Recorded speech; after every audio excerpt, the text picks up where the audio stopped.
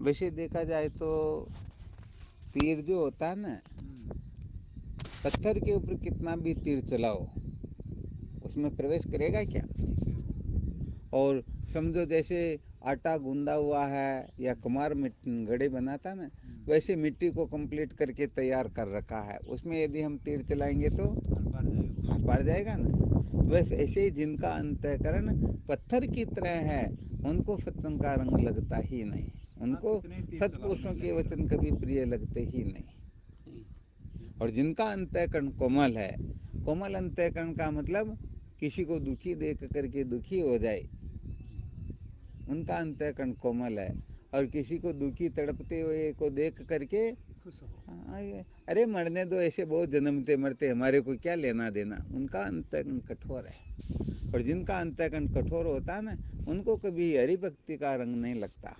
हाँ, ये भक्ति तो जिनका कोमल अंतःकरण होता है, जिनका मन निर्मल होता है, सचमुच में उनमें ही भगवान की भक्ति प्रवेश करती है, उनमें ही ज्ञान प्रवेश करता है। वही सत्संगी हो सकते, वही सज्जन पुरुष हो सकते, वही आगे चल करके महान पुरुष होते हैं। तो यहाँ पर अपने अंतःकरण को कोमल बनाना होता है, निर्मल बनाना होता है। कहते हैं ना, निर्मल मन जन सो मोहि पावा, मोहि कपट छल छिदर न भावा। जिनका अंतःकरण निर्मल हो ना, उसमें ही भगवान की भक्ति प्रवेश करती। छल कपट करने वालों में भगवान की भक्ति थोड़े प्रवेश करती है। हाँ, छल कपट करने वाले तो यहाँ पर उनका कोई उचित क्या हुआ?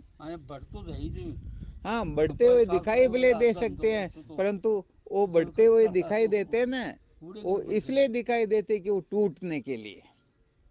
एक गौ माता किसी सूखे ठूंठ से वो खुजली चली तो खुजला करके निकलती, तो क्या होता, उसकी वो पांस वगैरह जो होती है वो गाय की चुभ जाती और गाय मर जाती। कुछ समय के बाद में देखते वो ठूंठ हरा हो जाता है। तो किसी ने कहा, अरे इस ठूंठ से तो गौ माता मर गई, ये क्या कलयुग आ गया, उल्टा नियम कैसे हो गया? गौ माता मरी और इतना टाइम हो गया, ये कभी हरा हुआ ही नहीं, और अब हरा कैसे हो गया? उल्टा काम हो गया ना। परंतु वह जल्दी जल्दी बढ़ा, जल्दी जल्दी बढ़ा, महीने 2-3 महीने तक बढ़ता रहा, बहुत बड़ा हो गया, और वह आंधी चलने से मूल सहित उकड़ के गिर गया। तो पहले वो गिरा नहीं था ना, इसलिए फूट करके बड़ा हुआ और मूल सहित गिर गया। तो ये बढ़ता हुआ दिखाई दिया, परंतु किसके लिए बढ़ा था? ये मूल सहित उखड़ने के लिए। तो ऐसे ही संसार में ये पामर पुरुष जो होते हैं ना, ये बढ़ते हुए दिखाई देते, परंतु मूल सहित नष्ट होने के लिए, ये दुर्गति को प्राप्त होने के लिए ही बढ़ते हैं, वरना इनके बढ़ने का कोई कारण होता ही नहीं। तो यहाँ पर कुल मिलाकर के अपने अंतःकरण को निर्मल बनाना चाहिए, कोमल बनाना चाहिए। हाँ, अपने अंतःकरण में किसी भी प्रकार का राग, द्वेष, छल, कपट, काम, क्रोध, लोभ, मोह, मद, मत्सर, क्योंकि यदि यह है तो क्या है? काम, क्रोध, मद, लोभ की जब तक घट में खान, काजी पंडित मूर्खा सब ही एक समान, ये सब एक जैसे ही तो हैं। हाँ, इसलिए अपने को कुल मिला करके कहते हैं ना, पहले तुम मानव बनो 10 लक्षण लो धार, हंस बनो पुरुषार्थ करो साधन धारो 4, साधन धारो 4 गुरु की शरण में जाओ, ब्रह्मनिष्ठ ब्रह्म श्रोत्रिय गुरु को शीश झुकाओ, सर्व दुखन की निवृत्ति मुक्तानंद अपार, पहले तुम मानव बनो 10 लक्षण लो धार। तो सबसे पहले अपने को मनुष्य बनना होता है। हाँ, केवल ये मनुष्य का ढांचा प्राप्त हो गया ना, इतने से मनुष्य नहीं हो गए।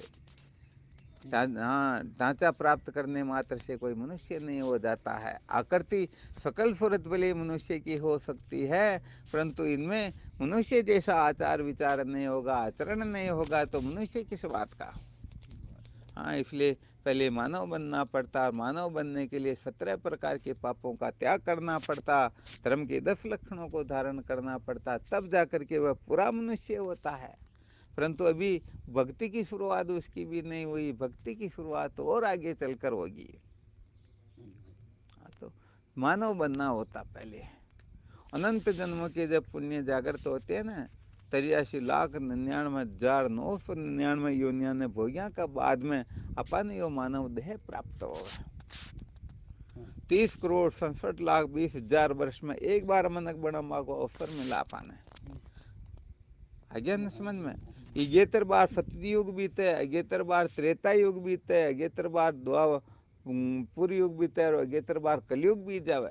सतयुग त्रेता द्वापर कलयुग 71 बार बीते न, यदि अपन पाछो मनक बनवा को अवसर प्राप्त हो, यो जो जन्म मिल गयो ना, मिल गयो, इन्हें यदि आप फालतू ही गमा दी दो तो वहां के बाद में 71 बार सतयुग त्रेता द्वापर कलयुग बीती, जदि यार पाछो मनक जन्म मिली, अतरो मुश्किलों मिलियो देखो, जिन्हें आप कई करिया, एक कतरा के भावी तो करिया ने, खाबा पीबा में, मजा लेबा में, बीड़िया तम्बाकू पीबा में हमें तो रुलारिया, अरे या तो का श्वास श्वास स्मरण करो, व्रता श्वास मत खोई, नहीं जाने इस श्वास का अंत कहाँ से होई, संपत्ति तीनों लोक की श्वासा सब नहीं होई, सो श्वास हरि नाम बिना तुलसी वृथा न कोई।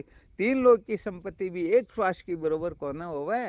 फिर भी आप विचार कर देख लो अपना जीवन में हमेशा का प्रतिदिन का अपना अनुभव ने देख लो, आप कतरोक सत्कर्म करिया, कतरोक ठीक काम करिया, लड़बा झगड़बा खाबा पीबा मजा लेबा में मस्तियां करबा में भोग पदार्था का चक्कर में पड़ रही तो जीवन न रुला रही आप। अरे ये तो हर योनि में होता ना, कौन सी योनि जिसमें पति नहीं मिला, मौज मस्ती नहीं की, मजे नहीं लिए, सब योनि में होता है। तो क्या ये मनुष्य जन्म इसी के लिए मिला हुआ है क्या? परंतु ये समझते ही नहीं है और ऐसे दुर्लभ मानव जीवन को व्यर्थ बर्बाद कर देते हैं और अंत में रोने पछताने के सिवाय कुछ भी नहीं मिलता है। शायद आप लोगों को पता होगा, एक राज्य का ऐसा नियम था जहां पर 12 वर्ष के लिए राजा को नियुक्त किया जाता था। 12 वर्ष तक वो कह देता खड़े रहो तो खड़े रहते, बैठ जाओ तो बैठ जाते, ऐसा उनका अनुशासन था। वो राजा जो चाहता वही होता था। परंतु जिस दिन 12 वर्ष पूरे हुए उसकी जगह पर दूसरे राजा को बिठाया जाता और उस राजा को उस राज्य की सीमा से एक बहुत बड़ी नदी लगती थी, उस नदी के उस तरफ 100 किलोमीटर तक न तो कोई मनुष्य होता, न कोई गांव होता, घर होता, कुछ नहीं होता, उस तरफ उसको ले जा करके छोड़ देते। और उस तरफ इतने हिंसक जानवर होते थे कि उस किनारे से इस किनारे पर नहीं आते वो छोड़ने वाले, तब तक उसके हजारों टुकड़े कर देते, इतने हिंसक जानवर रहते थे। तो 12 वर्ष तक तो वह राजा बड़ा मजा लेता था, परंतु जिस दिन वह उतरता ना, उस दिन उसके रोज को कोई नहीं देख सकते। अब कोई ऐसे थोड़े जाएगा, इसलिए उसको फांकड़ों से हाँ कहीं भग जाए तो बात बिगड़ जाती। वो राजमा का कानून ही ऐसा था, भगने ही नहीं देते थे, उनको पकड़ करके फांकड़ों से बांधते थे। यदि नहीं चलता तो उनको घसीटते हुए, जैसे मरे हुए बैलों जानवरों को ले जाते ना घसीट करके, वैसे घसीट करके ले जाते और उस तरफ उसको फेंक करके और फिर नाव लेकर के वापस आ जाते। यदि नदी में को दे तो बड़े बड़े मगरमच्छ होते थे और उस तरफ तो शेर भालू वगैरह ऐसे हिंसक जानवर जो तुरंत उसकी चटनी कर देते।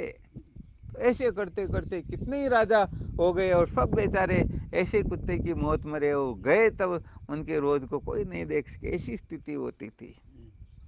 एक बार क्या होता है कि एक ऐसा राजा जो 12 वर्ष पूरे करके राज्य सिंहासन से उतरा, अब उस राजा को देखा गया तो वह राजा न तो फांकड़ों से बांध के ले जाया जा रहा, न उनको घसीट रहे हैं, न वह रो रहा, न चिल्ला रहा। पहले वाले तो बचाओ बचाओ बचाओ, परंतु कौन बचाए, नियम यही है ना। तो वहां के गांव के लोग 5-25 जो आपके जैसे वृद्ध थे, जाकर के हाथ जोड़ के निवेदन किया, भगवान हमने सुना भी है, देखा भी है, 7 पीढ़ी से तो हम सुनते आ रहे हैं कि कोई ऐसा राजा नहीं हुआ जिसको घसीट करके ले जाया नहीं गया। आप पता नहीं ये क्या चक्कर, समझ में नहीं आ रहा, आप तो हंसते हुए जा रहे हो, ये चक्कर क्या है। तो राजा कहने लगते, देखो सुनो भाई, इसकी असलियत बताते हैं। तो वो राजा क्या कहता कि आज से ठीक 12 वर्ष पहले मैं तुम्हारे इस राज सिंहासन पर बैठा था। ये दूसरे जितने भी राजा लोग बैठे ना, वो राज सिंहासन पर बैठते ही सबसे पहले पूरे गांव की लिस्ट मंगवा लेते थे कि यहाँ 16, 18, 20 वर्ष की कौन है, उन सब की लिस्ट मंगा करके उनके साथ ही वो मजे लेने में रहते थे और सारा उल्टा सुल्टा नीच काम किया करते थे। धर्म का काम, अच्छा काम कभी किया ही नहीं। मैं जिस दिन से उस कुर्सी पर बैठा, सारे समस्त भोग पदार्थों का, सुखों का, सबका मैंने त्याग कर दिया। और सबसे पहले मैंने आदेश दिया था, इस नदी के ऊपर बहुत अच्छा पुल बना दिया जाए। फिर दूसरा आदेश दिया, उधर जितना भी जंगल है, सारे जंगल को काट करके इस तरफ जैसा का जैसा राज्य, वैसा का वैसा राज्य उस तरफ बना दिया जाए, और उस तरफ पूरा नगर बसा दिया जाए। महाराज 12 वर्ष लगे उसको पूरा होने में। वो राजा कह रहा, मैं तो इस तरफ से उतरा, उस तरफ जा रहा हूँ, तुम्हारे यहाँ नियम है 12 वर्ष में उसको उतारते, मेरे वहाँ फिर किसी का नियम काम नहीं करेगा। मैं जाकर बैठूंगा और उसके बाद में किसी की हिम्मत नहीं कि मेरे को वहां से हटा दे। तो बताओ, मैं हंसता हुआ जाऊं या रोता हुआ जाऊं? आ गया समझ में? हाँ, तो ध्यान रखना, वो जो राजा बताया गया वो राजा कोई और नहीं, हम आप सभी हैं।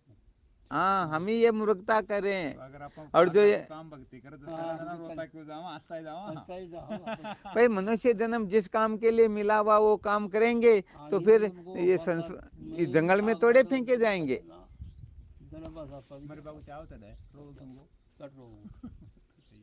तो बस ये समझदारी फिर जीवन में आवश्यक होती है।